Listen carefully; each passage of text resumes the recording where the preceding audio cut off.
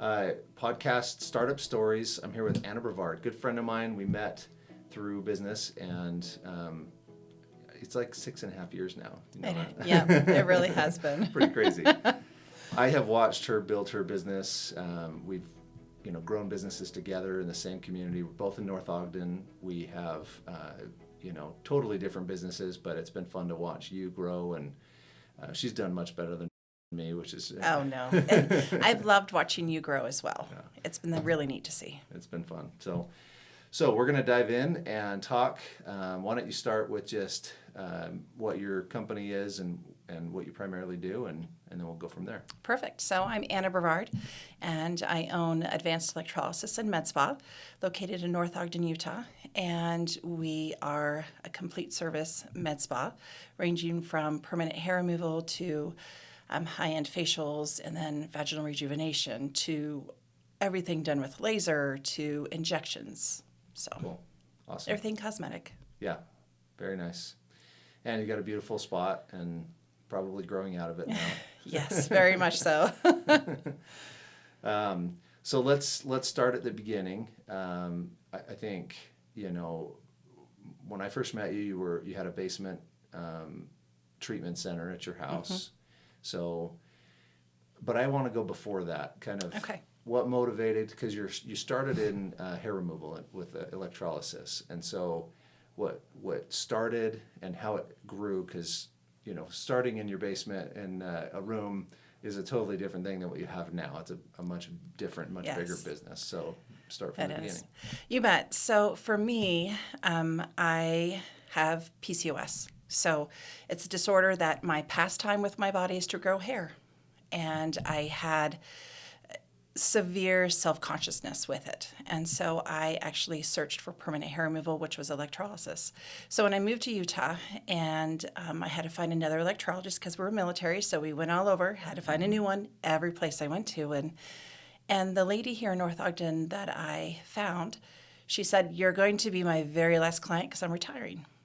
So I'm like, all right, perfect.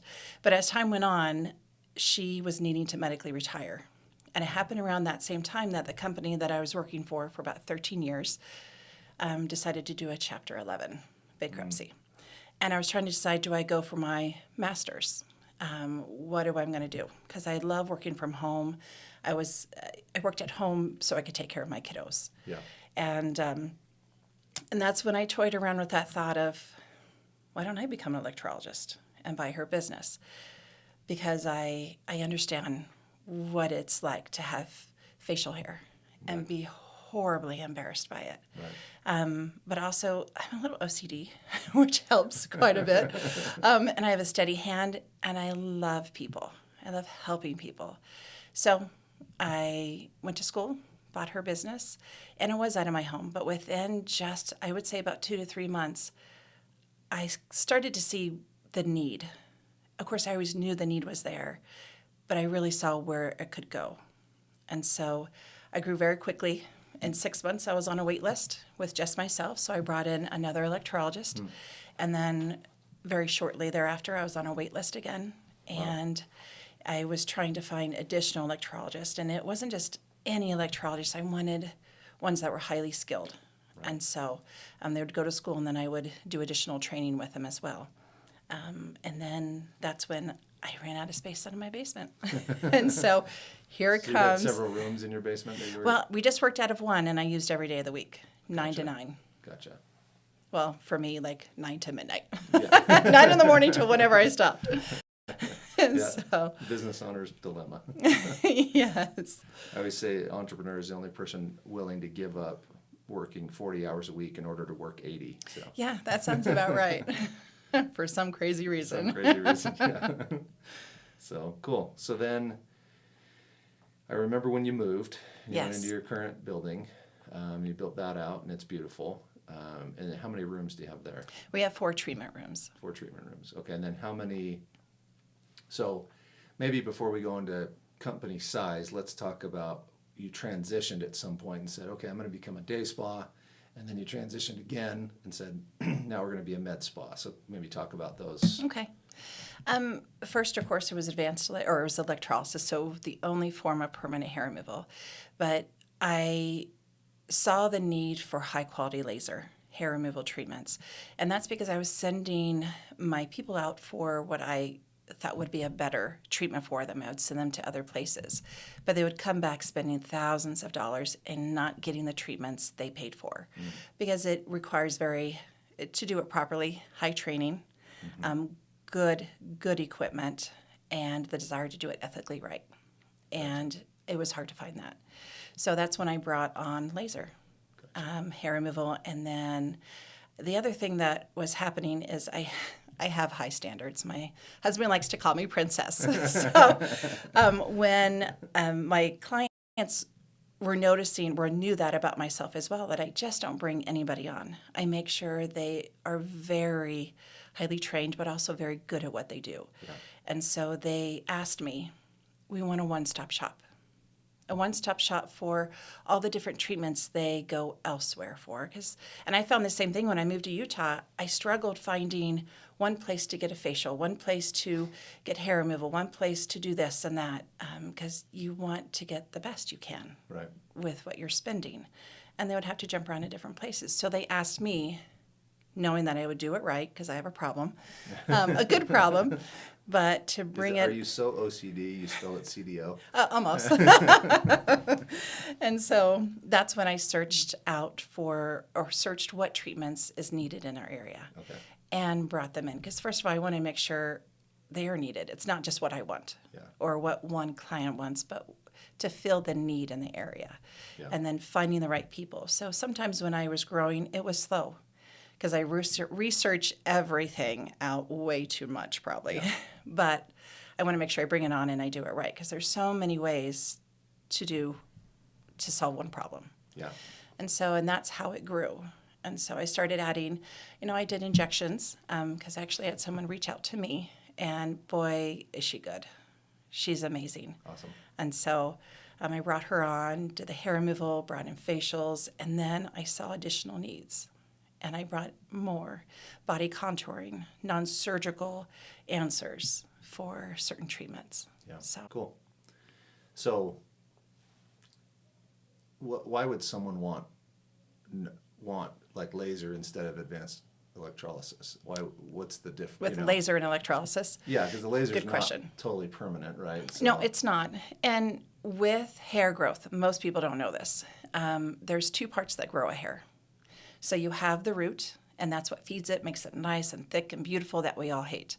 Well, some of us. Yeah. I could use a little more of it. I know, you need to push it up a little bit. But there's also what's in the side wall of a hair follicle, and that is what will turn on a hair. So if a hair is dormant and you have a hormonal change or a physical change that happens to the skin, it turns it right back on. Okay. So with laser, it is effective for a reduction temporarily because it cauterizes that blood vessel. Okay. Because you have to have a dark hair, has to be dark, can't be light, white, red, because the heat from the energy of the laser gets absorbed into that hair. And when it is attached to the blood vessel, it cauterizes it, puts it in a dormant state. It cannot kill those stem cells because they're in the side wall, because there's no color to them. So with electrolysis, we go into each individual hair follicle, hence the OCD is very helpful, and we actually destroy both parts. Okay. Both parts of the stem cells, germ cells. Okay. So that somebody wanted temporary hair removal, then they would do laser, but as soon as they're wanting it gone forever. Yeah, and we do a lot of combinations. Now, electrolysis is awesome. However, it is a marathon. Yeah. And for some people, they don't have the patience or that desire. So we go, okay, you want to work on a large area like your legs, then let's go laser first. And let's hit the laser, and as the hair starts to trickle back over the years, let's go ahead and do electrolysis because it's going to speed up the process. The hair that comes back is lighter, softer, so it's a mile, not a marathon. Okay. So speaking of OCD, you were having a problem getting employees. Yes. Getting enough electrologists, and I don't know if you're teaching anything else, but so you thought, well, I'm going to just start my own school. So tell us about that. Yep. So it got to the point where I really struggled trying to find an electrologist. I would send some to school, or not send, I wouldn't personally, but I would find those that were going to school, and then I would do additional training. And sometimes with their schooling, it hindered the training process, or they're not willing to gain that extra knowledge. Sure. Because they think they paid for it. Right. And They're so, done. yeah, exactly, which you would hope so if you're getting an education.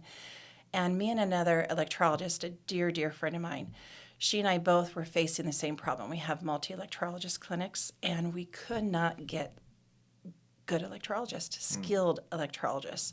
So that's when we started school during COVID. I call it my forced vacation during COVID from treatments. And I called her up and I'm like, it's time. It was in April of 2020 when we were shut down. And I just said, we need to start the school. Yeah. And that's when it was born.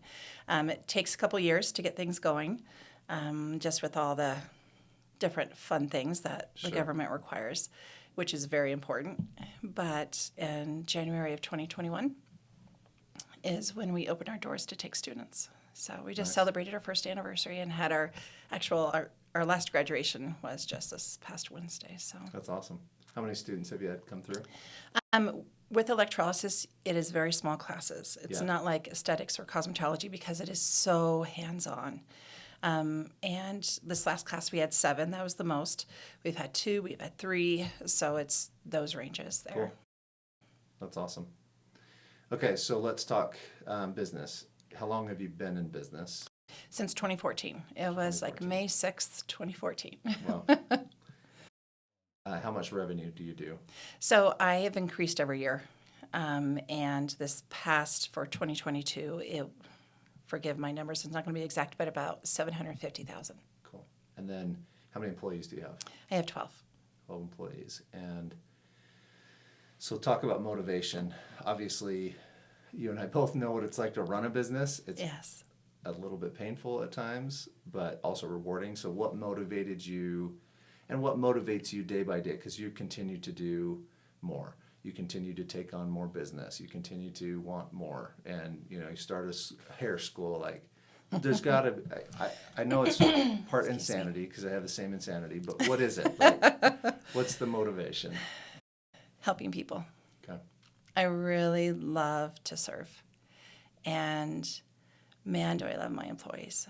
I want to make them become better. Now, I can't make them become better, but I want to give them the opportunities to grow. Yeah. And I want to serve our community and awesome. offer good quality treatments Yeah. with the best possible equipment and materials that are out there. That's awesome. So, I mean, just from my standpoint, watching from the outside in, our conversations oftentimes have told me how you will serve underserved populations. You know what I mean? People who maybe feel like, and maybe sometimes are on the outskirts of society, and you bring them in and you're like, no, you're welcome here. And I think that's a super powerful trait, and B, service that you're offering, just being able to say, hey, we're here to serve everybody. And I think that's awesome. And then also just my daughter worked for you, for a little Yes. while. And I remember she was like, it's so clean, Dad. We clean all the time. And I was like, if I was at a, if I was utilizing services like that, I would want a place that was clean. Mm-hmm. It's a very personal, very, and the parts of the body that you tend to treat, it's a very, unique situation that you're in and have people in. And so I just feel like, you are the right kind of person to run something like this, because you just have that attention to detail that's so, focused and tremendous. So I think it's awesome. yeah, it's one of those, excuse me, funny things that I think it's funny, but also like, huh? That when everyone came out with 2020 and you have, this is the new standard of cleaning, I'm like, that should have been from day one. That should not be anything new. You didn't have to change anything for COVID. No, I really didn't, because that's really how it should be. So, but, and that's okay. That's just my standard. I want to make sure everything's clean and appropriate. And the environment was very, very important for me. Like I said, I love people. Yeah. And one thing my mission, my motto, whatever you want to call it, is that everyone deserves to feel beautiful. And really, we all have our own sense of beauty, Yeah. and it doesn't matter. And I believe we're all the same. We may have different viewpoints or beliefs, but we are all the same. And in the med spa, I just want to make sure everyone feels loved, because in this world, it is rough. Yeah. It is rough. And when you walk through those doors, you really should just be able to take a deep breath and know you're cared for. It doesn't matter what I think or believe, Yeah. because ultimately it's about you and making sure you're cared for and that you leave a better person. And there's no judgment ever from you. That's one of your strengths. There's no like, oh, wow, there's none of that. Like, you just don't have that chip on your shoulder that. I try not to. I think a lot of us struggle sometimes with that prejudgment of people or whatever, and you just don't. You just, oh yeah, we can help you. I don't know, it's a good trait to have. So I try. I may not be perfect. I'm almost. Call me Mary Yeah. Poppins, but just joking. what was your career before you were thinking about getting a master's? Well, that's kind of funny. I actually did direct sales Okay. for a few years, but my focus with my undergraduate degree was actually in zoology. I was a pre-vet focus. Okay. So I have more of a medical background. Okay. So personal income wise, have you made more before when you were working for someone else, or have you made more after? Well, it's hard to say because it's been a while since I've worked for someone, Right. right? Because I did the direct sales. And it's hard for me to go back that far to think it through, but I can say, I guess I have made more because I've been able to set my schedule, Yeah. but then also I've increased my knowledge, which then increases my pay grade, if you will. Yeah. On that, I went back to school, to become an electrolysis, which then gave me one more Right. tool in my toolbox. And So- sometimes as an entrepreneur, it's weird. You don't make like smooth money. Like, it doesn't just cut. No. My wife, when we first started, she was like, do you remember when we got a paycheck every 2 weeks and I could just go grocery shopping? I was like, yeah, I remember. Yeah, those were good days, weren't they? Yeah. So, okay, cool. And then let's talk about some of the emotional journey as an entrepreneur. What's the hardest thing you've dealt with? It can be a repeated thing. It could be a one-time thing. Like, what's something that it just punched you in the face and it was super hard? And then what did you do? How did you deal with it? I'm going to say employees. Yeah. Learning how to manage and take care of employees and learn about boundaries. And it was hard. And learning about people, because I really do like people and I want to give them a chance. But I realize some people don't want to take a chance. And the best guidance I ever received, which has taken a little bit to take hold, sorry, is hire slowly, fire quickly. And that's a hard one because I want to give people chances, but and you do to a point, right? But you can lead someone to water, right? Lead the horse to water, but you can't force them to drink. Right. And so that was when I had to learn skill sets on the hiring and how to find the talent, to find the right fit. We at the clinic, we're a good fit, and it's a matter of finding, the people that fit in. Because when you work with women, it is different. It is different. Right. It's a different ball game. And when you add in a man, it's a different ball game there. Right. So it's a matter of finding the right balance and having the right staff. Yeah. So I had to learn a lot. I read a lot, and I leaned on other people that may have gone before me. Yeah. But I've also picked up things, unfortunately, just from trial and error. Yeah.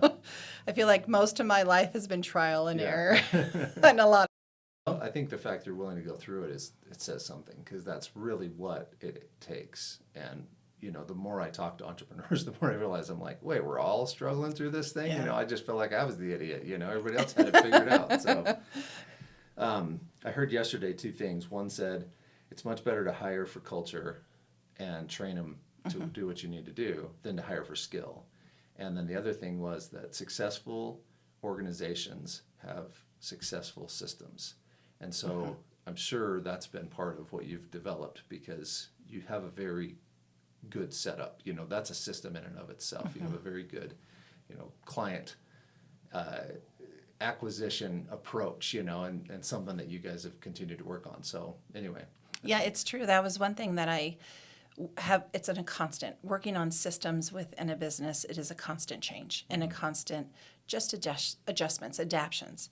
Right. And that is something that I had to learn, right? I was growing fast at the probably to other people, I've been always growing fast, Yeah. but I felt like I've had to hold it back because the systems were not in place. And I would start to grow a little bit and then go, okay, this is failing, so let's go back and see what we need to change. And it's every time we grow a little bit, we have to adjust because something's just not quite working. And so we try to do the best we can, but it's always, okay, let's learn from this on that. That's part of the battle, I think. It is. It really is. Okay, so what's the best, most rewarding side of things? Like, what do you feel like, oh man, I'm so glad I do this because of this? Oh, you know, it's funny because it's the hardest thing, but it's also one of the best things. There's two. It's hard for me to choose between the two, but my first gut was seeing our clients. See, I could get teared up because I see them come in struggling, and then I see them leave just feeling full of life again and feeling positive and knowing that, okay, there's good in this world. There's some clients, especially our transgender clients that come in and they're beat up. They're beat up. And they're beautiful people just like you and I. Everybody's the same. We're beautiful people. But they have been told no, they've been told ridiculed. And they come in and I don't mean to get really heavy, but when it comes to the hair removal, they've shared with me on a couple of occasions that we were their last hope, that they're like, you know what, the only thing I can do is remove the hair I hate. Mm-hmm.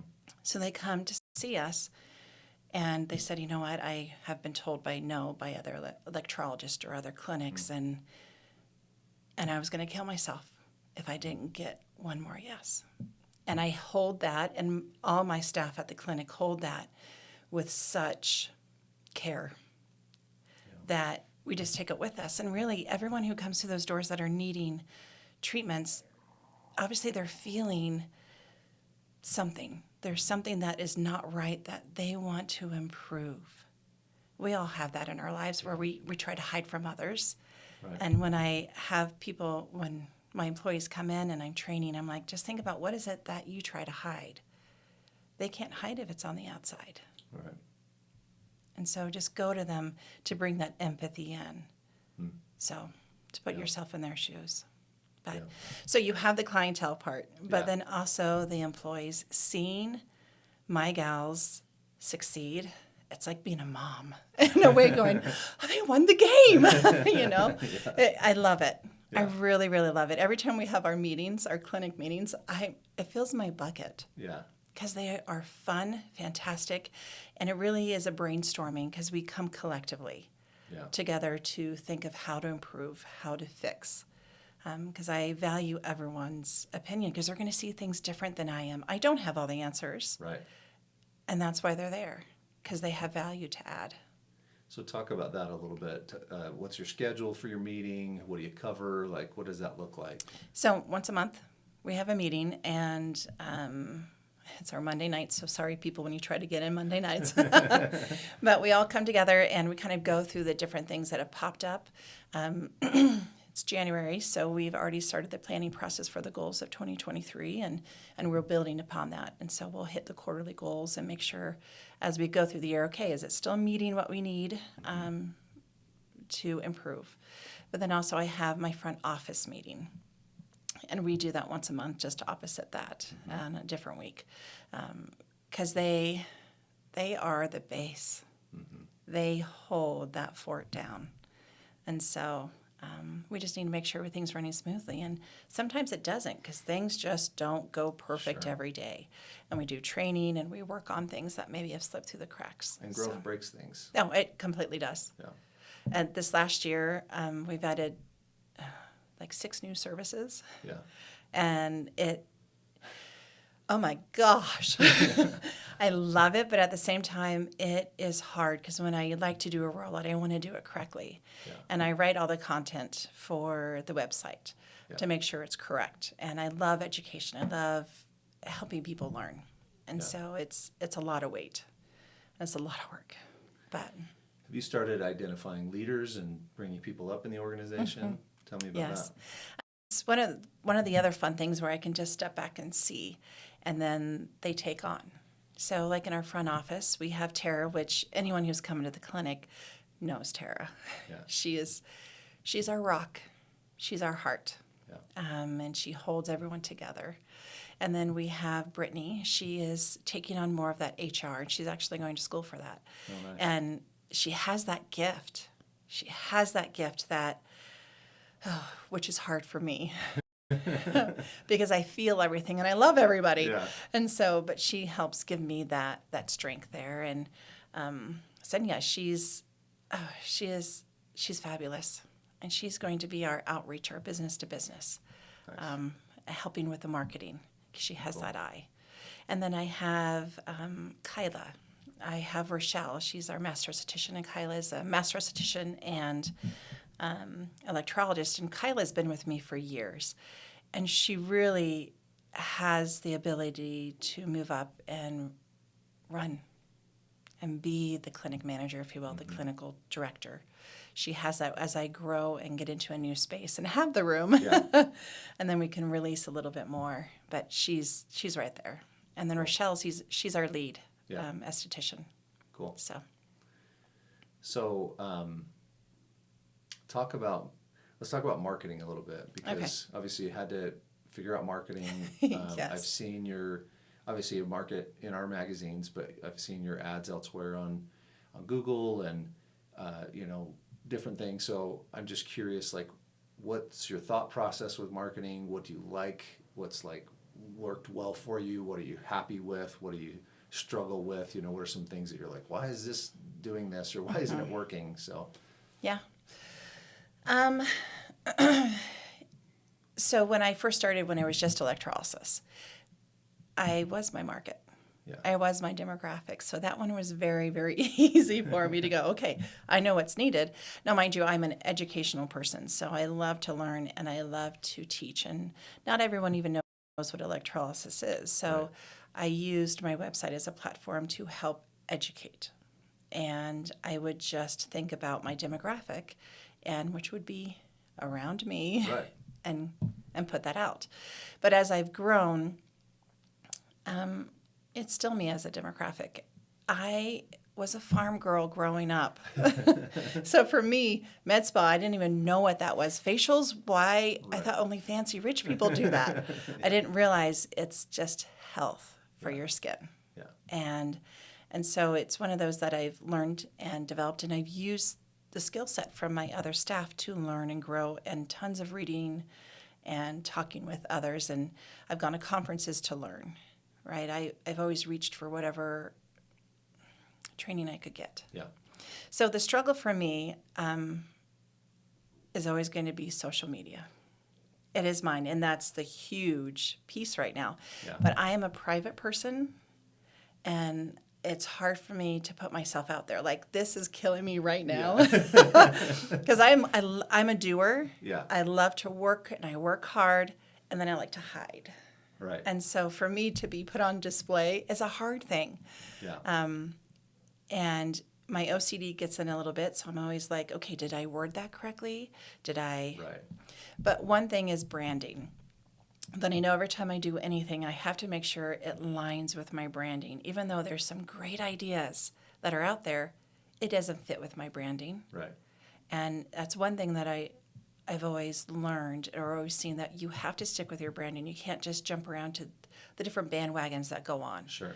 And so it's important to stick with your branding, whatever that is, whether it's fun, Right. flirty, or is it educational? Is it whatever it is? Yeah. But making sure you're consistent and getting, like right now, it's all about content and reels and all that stuff. And it's hard. Right. It's hard. It's because I'm balancing so many. We know this. Right. As the owners, we balance everything. Right. Okay, we fall on everything. The plates are just flying. 100 balls in the air and plates spinning, and I know. and you're juggling with your feet. Exactly. And so it's one of those that you just have to work out. But that's been the hardest one for me. So there's a couple things happening right now in the industry, but something to remember is sometimes, and especially with, how you self-proclaimed OCD, there are studies right now where they're taking professionally shot, perfect lighting, perfect videos, and running them against a video where someone walks through their business with an iPhone or a Samsung and says, what do you do? And they interview their staff, or they have a customer be like, yeah, I'm here for this service. And like those really raw, real things that don't necessarily have to include you are performing better than these professionally shot videos. Yep, that's what I saw. So today, I think sometimes you get so worked up about making it look professional, instead just make it real. Not real, R-E-E-L, but R-E-A-L. It doesn't really matter the platform you put it on, because yes. You can say, oh, well, TikTok's raging, I need to be on TikTok. Not necessarily. You just need to pick one that you like. There's plenty of people on all of them. And so Instagram, YouTube, Facebook, it does not matter. Pick one and start putting out content. Very simple. And it doesn't have to be you. If you want to hide, you can be the camera person, but just conversations, real conversations about what you do and the problems you solve. And that's true across all of your marketing efforts. There's tricks and techniques and so many things you can get caught up in that you can spend all your time and money on marketing. And so sometimes you just have to stop and say, okay, what's content we could create that's interesting? And I use the example of Roof Max all the time, the business I bought with my son. They have a professionally shot video with testimonials and all these like scientific facts and figures. And we go to these home shows, and we were playing that at first, and nobody watched it. So then they had this animated one. And so it was kind of cool, and it showed what happened to the shingles. And so we played this animated video. And the only ones that watched that were like 7 to 10-year-olds. They'd stop and watch because it was animated, and we're like, well, that's not going to help us, And then I call myself the drunk drone driver. We have this drone, and I'd go film my son. And when I wasn't off in the trees, because I don't know how to drive the dumb thing, I could get some shots. So we'd splice out all the different shots of him spraying this solution on the roof. And it's a white solution. And in the winter, it's whiter because it's cooler outside. So it just coats this whiter, it doesn't soak in quite as fast because it's colder, right? So we put that, no music, just him spraying on a bunch of different roofs. All of a sudden, people started watching. Yep. And you pull them in, and then you could talk to them and have a conversation. It's just the most odd things. So you just have to try things and not worry so much about it being perfect as much as, and the other thing to remember is nobody's watching you so closely that they know everything that you've said already, and they're like, why are you repeating this again? That's true. They're not watching Valid. that closely, and they have so much competing noise coming in trying to grab their attention. So if you're going to do something, you could do the same thing multiple times. It's not going to affect, in fact, it'll reach more people. So, having that in mind as well, like this was a fun video we did, and it seemed to respond well, and I've had interesting things coming out of doing videos that I've been surprised just by creating content, just by talking about the things I talk about all the time. I'm like, I'm boring. Why would anybody care? But I think that's just something to keep in mind. Don't stress about getting it right. Just do something, put it in your schedule and do something, create content. And it could be testimonials. It could be just employees. What do you do? What do you like about your job? Things like that, and then people are going to get the point of what you do when you do that. So, that's a funny thing. We started that last fall with, and we have to get through the whole staff, but it's our mini mic. Yeah. No, what did we call that? See, my brain can't even go there. I have Brittany working on that. She came up with the idea, which is so much fun, but she interviews different employees, just random questions. Right. And it was amazing to see that soar, and that you're completely right. Yeah. Where I'm like, well, we haven't hit those kind of numbers in a while. Yeah. And so it's been fun to see they do love that real, that candid. Quick. Exactly, which is not my strong point, and that's why I lean to my staff on that. And it's so funny because that's what, in December, as we're prepping for 2023, they brought that up. And I'm like, okay, you guys need to help me there, right? Yeah. I can't do it. Yeah. I can do it a little bit, but that is such a hard part for me. Yeah. And so, and of course, I have gals that they rock in that area. Right. And I I'm love like, it. take it, Do it. run with it, do what you want. Awesome. And so, but I love that, and thank you. Yeah. Yeah. So I keep hearing people are stressed about video, and I'm like, Yeah. start doing it, and it'll work out. So, but okay, last thing. Yes. Think about, new and going into your own business, young Anna, young business person, facing that uphill battle. Like, what advice would you give to someone who's at the beginning of the journey, as opposed to where you are now? However many years. How is that? Is it 12? You said 2011? 14. Oh, 14. Was when I purchased the business. Okay, so 14 to 22, 9. 9 years, yeah. Yeah. So 9 years ago, what advice do you give, the young entrepreneur, the young person starting out? To hang in there. It really is to hang in there. I always say it's not an uphill battle. You're rock climbing with tips of your fingers. But to surround yourself like you, with people like you. Find the good people that are around you, that are knowledgeable, and just connect with them, network with them. You're not alone, because everyone's struggling just the same. And it's like what your son said about the imposter syndrome. Yeah. Right? You're like, what am I doing? Right? Yeah. But you do belong. So real. Right? You do belong. Yeah. You have something to add, but you just have to hang in there. Right. And there's going to be days, you and I would talk to each other at 10 or 11 at night going, this was horrible. Yeah. But you need that person Yeah. to get through. Yeah, and I think it's worth noting that friendship came about. You called me, and Yeah. we didn't know each other. My business was brand new. You saw the magazine, you liked it, and thought, I want to be part of that. But you have to be an outward-reaching person. You have to go find people. Yes. That relationship would not have happened had you not made that phone call or done that. And I talk to new entrepreneurs all the time, and they're closed in their box trying to figure out how to make money. And I'm like, even if you don't make money from someone, or you don't go to them as a client or whatever, like, go find people who are other business people who have the same interests, they have the same desires to grow their business, and then you're not in a box anymore. All of a sudden you got a couple people you can call. Hey, what do you think about this? Exactly. You know? And even if they're in a different field completely, systems basically are the same. Yeah. They really are the same. It just called something different. Right.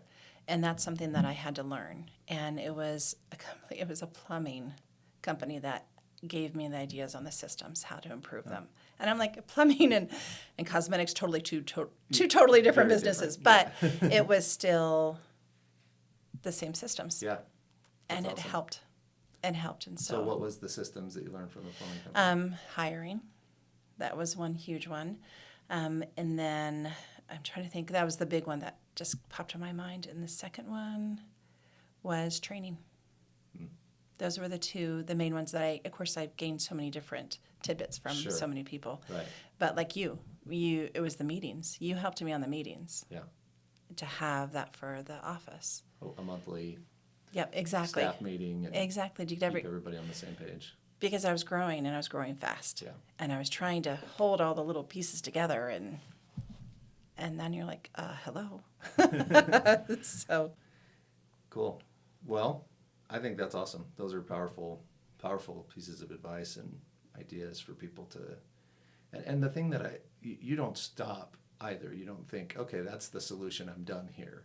Like you said, that education is consistent. So I like that as well, because you're not done because you learned something, and yeah, and it changes so fast. exactly. And it literally is, you have to remember that you can only learn so much at a time. Right. You can only absorb so much at a time. Right. And so you are just constantly building and making that fancier house. Right. And so Right. just keep on building, don't give up, and hang on with the tips of your fingers. It's interesting. I was at a training last night, a level 2 entrepreneurship training that I just signed up for, and the trainer, he's a world-renowned trainer. He's done, lots of training, and he said, we used to make 5-year plans. He's like, you're insane if you make 5-year plans now. He's like, things change so fast, you cannot plan out 5 years in advance. And so I was like, it's interesting because I haven't had a 5-year plan in a while, and I'm now glad that because I used to do that, but Okay. it just, there's too much change that happens all the time. You have to be nimble and be able to move. So I think it's great to have goals. yeah, Just, for sure. yeah, goals to help you. And it's so funny. People are like, you just never stop. I'm like, well, it's just because I have the different goals. Right. It's always been on there. You just didn't know about it. And so Yeah. just goals so that you can just adjust. And Yeah. it's amazing. You're right. Things just change constantly. Right. And new things come out. Yeah. And so, And new things pop up and change, and exactly. old things stop, or whatever. So it's a wild world. So, well, cool. Yes. Well, thank you so much Thank for you. being on my podcast.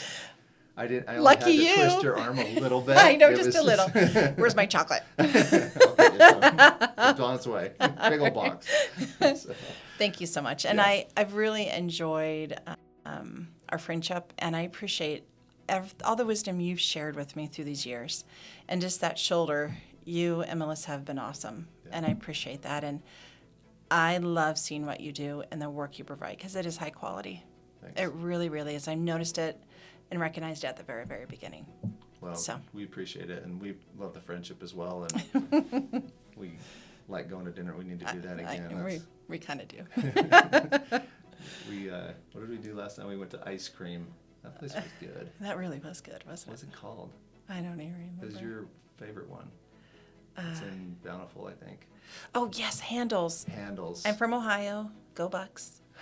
But Handles is from Ohio, and I just love it because it's like real really pieces good. of a pie. Yeah. That's in the ice cream, like chunks of it. Yeah.